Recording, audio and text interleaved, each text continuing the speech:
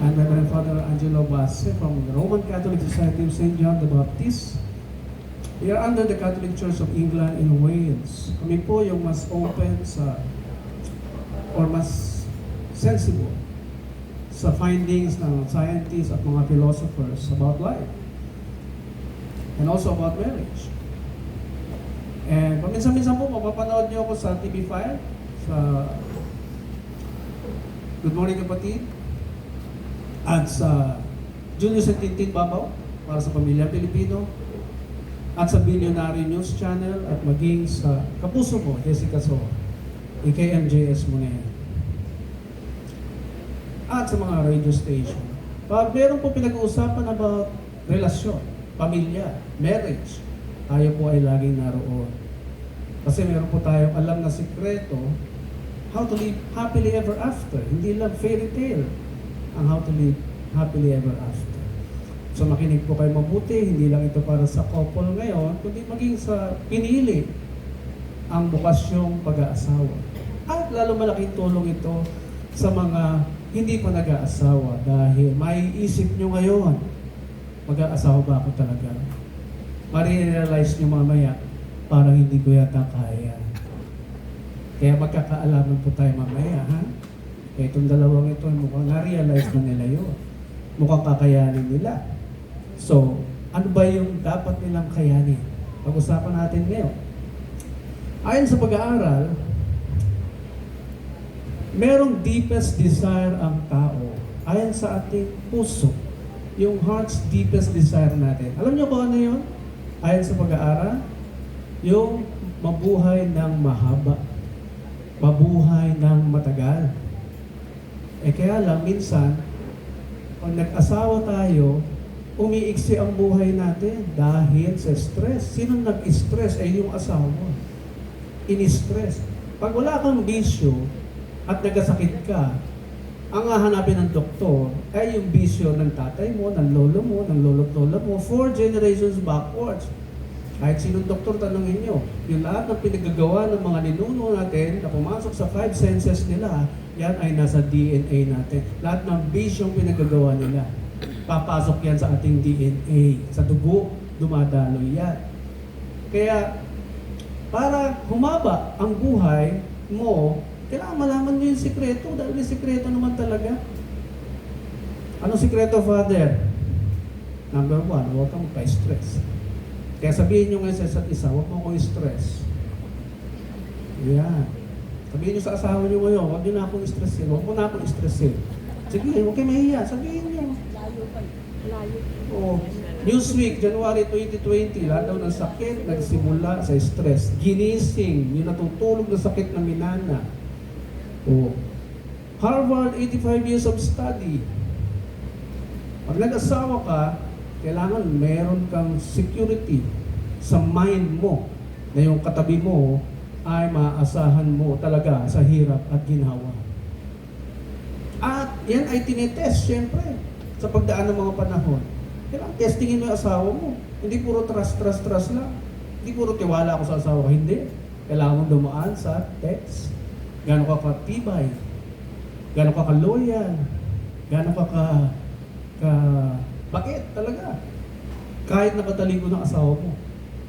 Ikaw ba ay nagsasalita ng negatibo sa asawa mo, sa ibang tao? Na nagugulat na lang siya at bakit nalaman ng kaibigan niya? Bago mo malaman? O ikaw? Diba? Kaya hindi siya nilalabas sa loob ng bahay, nasa loob lang. Unang dapat makalam, sinong concern? Di yung asawa mo. Diba? Now, every time, so yun ang sikreto, ha? Huwag magpa-stress para walang wrinkles. Okay? Sabi ni Einstein, marriage is a risk. Pag sinabing risk, o risky nga, pwede ka talaga umiksi buhay mo. Pero pwede daw humaba kapag may requirement siya. Sabi niya, if you have one spirit, you will enjoy the journey of being married together. If you have one spirit. Ano ba yung one spirit, Father? Kasi nasabi ni Einstein. Yung katawan natin naglalaman ng espiritu. Di ba? At yung espiritu na yan ang mismong bumubuhay sa atin. At yung espiritu na yan ay konektado sa Diyos. The moment na kinuha niya yan, wala ka na. Parang meral ko yan. Kapag pinutulan ka, wala na. So yung katawan na nag-iisa ay may espiritu konektado sa Diyos. At dapat konektado yan hanggang sa huling hininga ng inyong buhay. Hindi nyo mag-asawa. So pinili nyo ang bukasyong pag-aasawa, wala pong retirement yan. Wala ring holidays, walang day off. Ang pagiging husband and wife. Wala ring day off ang pagiging father and mother. Ito pa sikreto. Ang sabi ni Jesus, hindi lahat ng tao ay kayang tanggapin ang kanyang utos tungkol sa pag-aasawa. Kaya hindi lahat po ng tao ay kayang tanggapin daw. Pag sinabi hindi kayang tanggapin, hindi kayang sumunod. Hindi porke lalaki ka or babae ka, ay qualified ka na maging husband o tatay. Hindi porke babae ka, hindi ka qualified or qualified ka na maging wife or mother. Dahil pinag-aaralan po yan. Hindi lahat ng lalaki ay family man. Panungin niyo si Derek, ayaw niyo maniwala. Okay? So, tanungin ko kayo ngayon. Sino naniniwala sa perfect marriage? Taas ang kamay. May magtaas kayong dalawa. Because anything that you don't believe with, you will never make any effort to achieve it. Clear? Anything na hindi mo pinaniniwalaan, hindi yan mangyayari sa iyo. It starts from believing. Kaso pag wala natataas, laging problema yun eh. Bakit? Hindi natin naiintindihan yung salitang perfect marriage. So i-define natin. Sabi ni Socrates, wisdom is the beginning of definition of terms. I-define mo yung salita. You will understand. You will be wise. Ano meaning ng perfect? Perfect means alignment. Alignment. Pagkakapantay niya doon sa design. Anong design? Halimbawa, yung mga gadgets ninyo, may sariling design yan. Dinodrawing muna yan bago gawin. Even your gown, even yung mga suot nyo, dinodrawing muna yan bago gawin. Kapag yan ginawa ng produkto at nag-match doon sa dinodrawing, they call it perfect. Kahit naman sa buhay ninyo, pwede nyo masabing, I'm living a perfect life. Paano po yun, Father? Kapag nasusunod lahat, nangyayari lahat ng nasa isip mo tungkol sa buhay mo. Gusto mo na masayang buhay, gusto mo na lagi nagtatravel, nasusunod lahat ng gusto mo, you can call it a perfect life. Because naka-align siya doon sa standards mo, na sinet mo mismo. Now, ang marriage ay produkto ng Diyos. Hindi natin produkto, hindi produkto ng sino man scientist o philosopher. Hindi rin produkto ng Senado or Kongreso. Kaya sino mang walang karapatan na magdikta kung ano ang gagawin doon sa produkto. Produkto ng Diyos, ang male and female. Decide ka mag-asawa, ginagamit mo ang isa pa niyang product, ginagamit mo ang isa pa niyang produkto. And you have to undergo complying yourselves with the standards set by heaven. Kaya nga, ang dami politiko nagsasabi, not all marriages are made in heaven. Sabi ng isang house speaker. Abay, kung makakausap ko lang, mapapatukan kayo.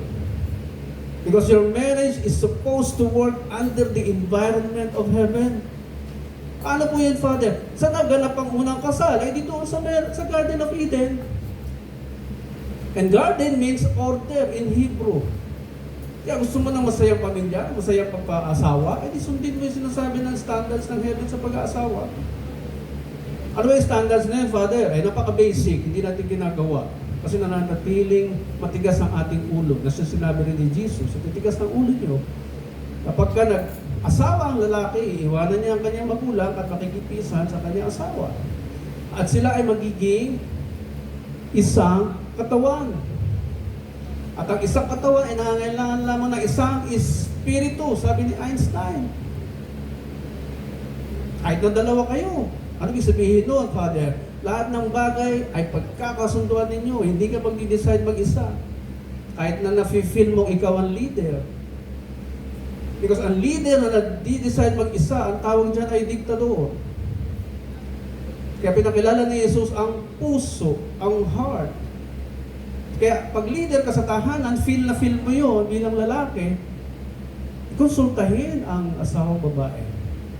Aba, matalino rin yan. Ginawa ng Diyos yan. Nasa template, nasa design yan na siya ay smart woman. Kaya nga, helper yung kinabit ng Diyos na tawag sa kanila eh. Ano ba yung helper? Ezer.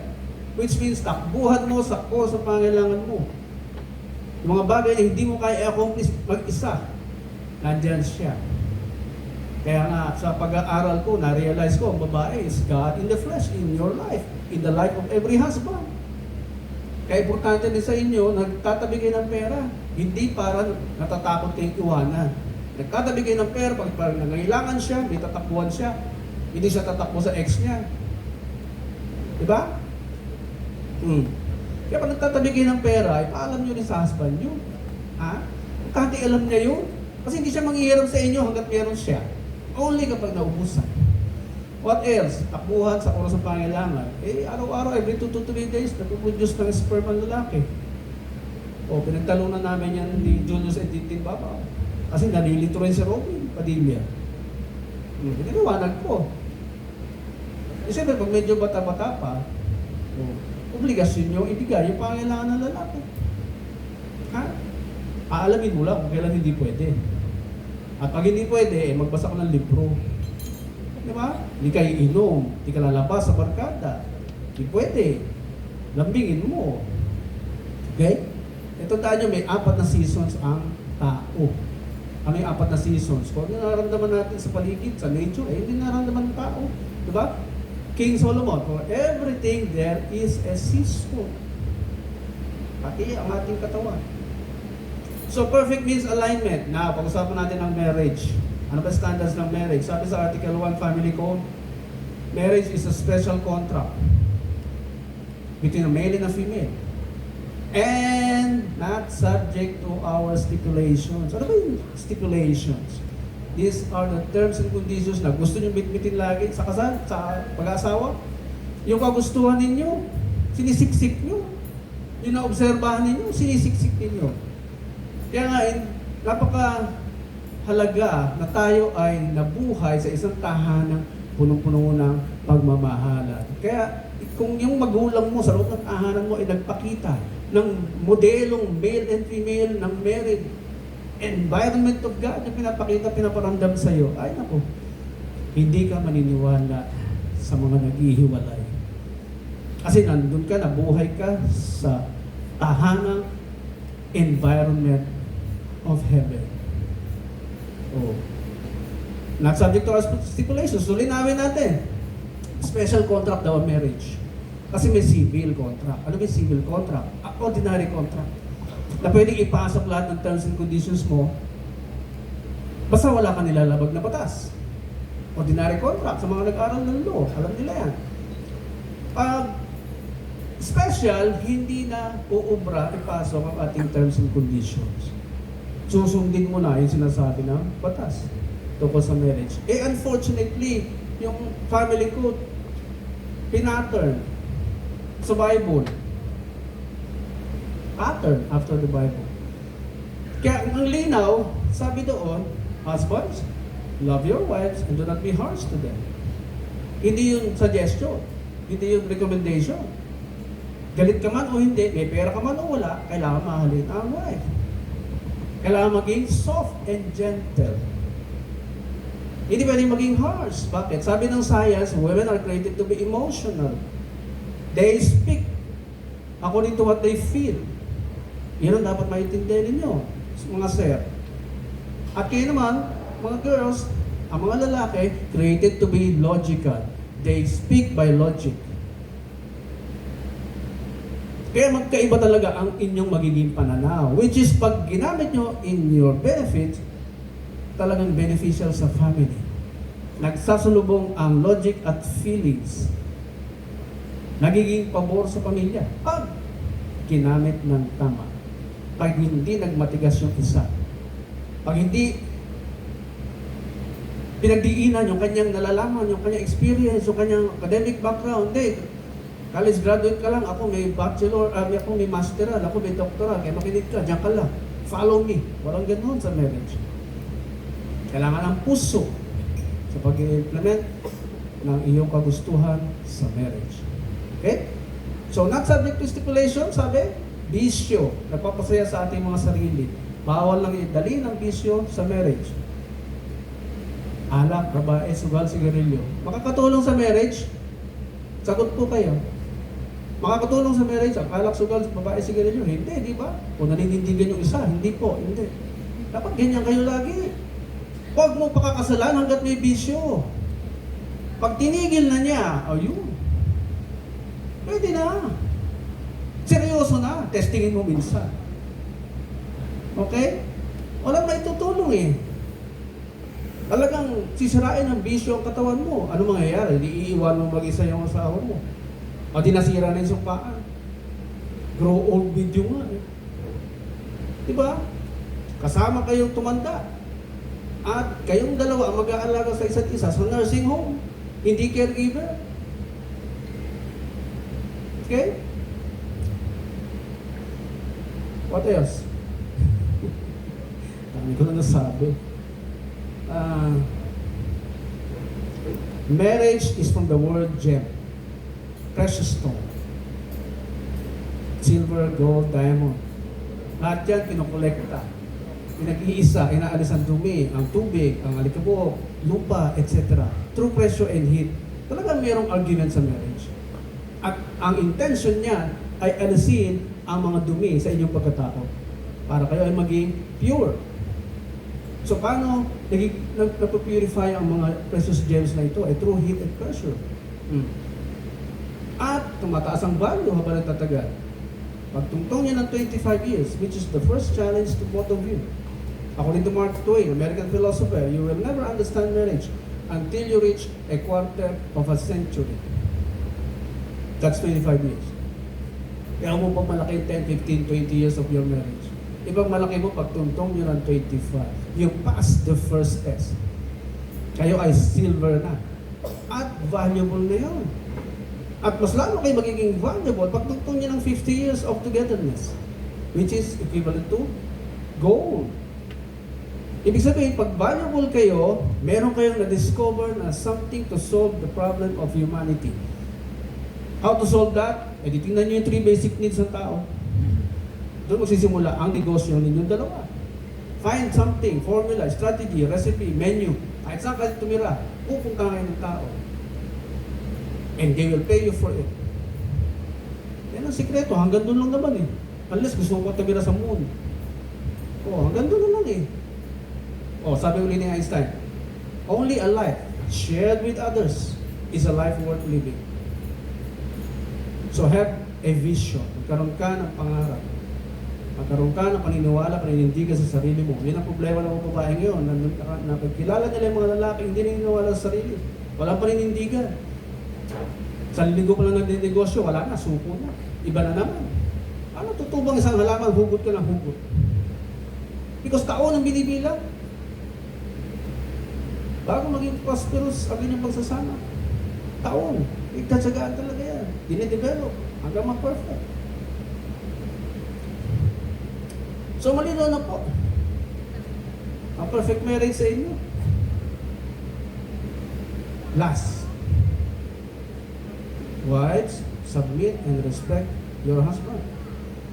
Alam niyo, para mas madaling maintindihan yung respeto at submission, isipin mo, tatay mo siya. Kasi pinasa na ng tatay niya, yung responsibility niya sa'yo, pinasa na sa kanya. Kaya pag ang tatay, hindi pwedeng sagot-sagutin. Hindi pwedeng binabastos, hindi pwedeng ini-ignore ang tatay. Iba po, hindi pwedeng sinasagot-sagot ang tatay. Ganon din ang expectation niya sa'yo. Bawal sagot-sagutin, bawal insultuhin, bawal mag-shopping ng marami nang hindi niya alam. Bawal mamili ng mamili nang hindi niya alam. Why? Nagpa-budget eh. Bakit nagpa-budget? Kasi alam niya may mga darating na baby eh. Paano bibigyan ng magandang kinabukasan niya kung puro public school may papasok yan? Diba? Mataas yung standards ng private school eh. So ito, isipin mo, tatay mo yan. Ha? Ramdam niyo habang tumatanda kayo, mas feel niyong tawagin siyang daddy. Oo, habang tumatanda kayo. Kasi it's in your genes. It's in your DNA. Daddy talaga ang bawat husband. Kahit pananagutan mo siya, ano man mangyari sa kanya. Ay, importante rin papaalam ka rin. Subject to his approval sa kapupunta. Hindi yung FYI. Oo, kasi katawan ka rin niya eh. Bahagi ka ng katawan niya eh. Hinugot ka sa kanya. Yung desisyonan mo, pinili mo. Diba? Part ka ng body niya. Now, ito naman, para mas madali sa'yo maintindihan, para siya mahalin, i-treat mo parang baby. Baby daw natin ang bawat babae na pangasawa natin. Paano pa tayo mag-treat sa baby? Bawal paiyakin. Bawal gutumin. Bawal saktan. Ano pa mga bawal? Bawal sabihan ng harsh words. Di ba? Kahit na sabihin mo, totoo naman na maalat ang luto mo bawal. May isang engineer, ang bilis. Paano mo sasabihin maalat yung luto ng asawa mo? Honey, nag-sale ba yung asin ngayon? Hindi na masakit. So kahit direkta, kahit na sabihin mo totoo naman, bawal. You have to learn how to communicate with sense of humor. Yun ang challenge sa inyo mga husband. Bago kayo mag-asawa, develop yung sense of humor. Gusto naman kasi yung mga baby, yung mga girl na silipin na patawa. Gusto nila yun. Di ba? Diba na-admire kayo sa mga lalaki ng galing patawa? Kaya patawa kayo lagi. Hindi boring. Di ba? So those are just very basic. Dahil naintindihan nyo na ngayon, sana, application is very important in your relationship. Pag nasa relationship kayo. Application or practice, putting them into practice is very important for you to enjoy your partnership together. Okay? Kung may tanong po kayo, nandiyan lang ako sa likod mamaya, ha? Thank you so much and congratulations to the both of you. We will now proceed